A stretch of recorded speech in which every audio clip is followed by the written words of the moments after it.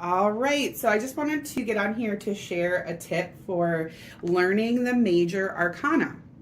So what I do is I actually take all 21 cards from the Rider Waite Smith tarot deck, and then I'll set the suits aside. So you can see my little stack there with the wands, the pentacles, the cups, and the swords. And what I've done is I've just taken out the archetypal cards from the Major Arcana.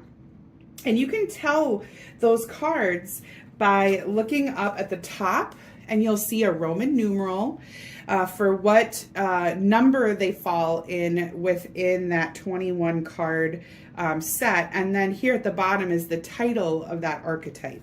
And what these cards tell, they usually have a little extra weight to them when you see them show up in a reading. So usually you want to pay a little bit more attention to these Major Arcana cards. But they basically tell a story.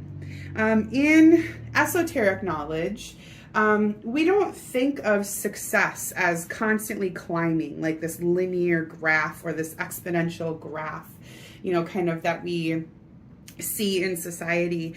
Instead, we look at everything as like cycles and rhythms.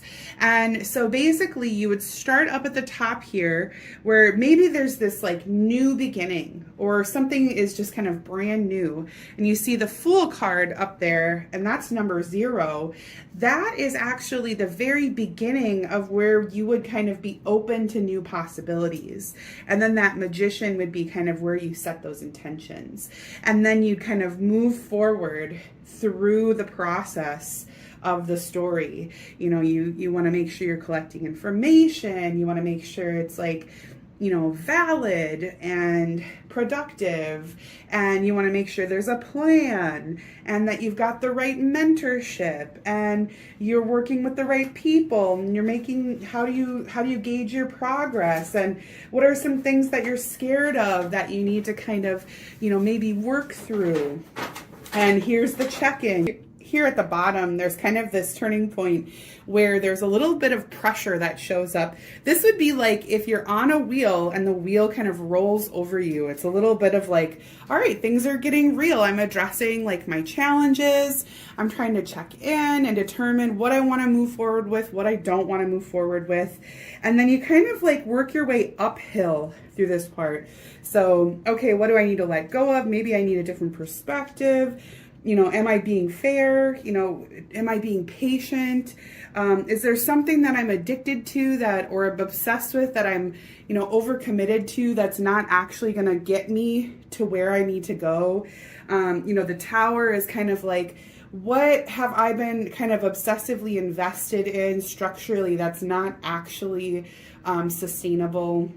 The Star is kind of healing from that misalignment.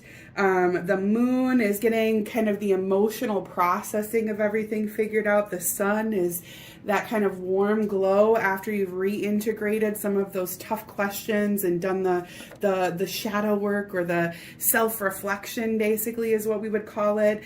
And then here up at the top, we've got Judgment in the World, which indicates a rebirth. And kind of like this idea of feeling fully supported exactly as we are. Maybe we need to release our expectations because things didn't turn out exactly how we'd hoped.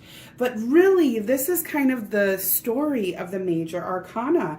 And when you look at it, it reminds me of like a contingency plan, or like a business plan, or kind of like something you would use to check on goals and track our goals, basically, to see how far we've come and realistically to kind of adjust accordingly. So I really love doing this because then you can also kind of pull cards into the middle here, and you can look at, wow, what are some of the similarities and differences I'm seeing here in some of these cards at the different positions, and what can they tell me in regards to how they relate to each other.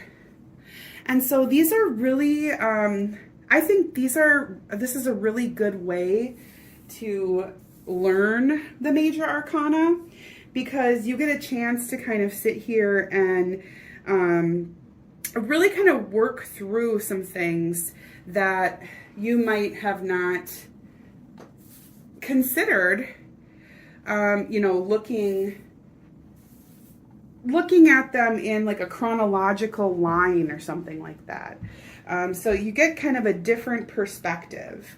And you can kind of see from far away, you know, differences and similarities. And there are these hidden messages here, you know, that Pamela Coleman Smith was so brilliant in painting and including into, you know, these cards. I just think there's so much to see. Every time you look at them, you see something different. And so I just really encourage you guys to play around with this.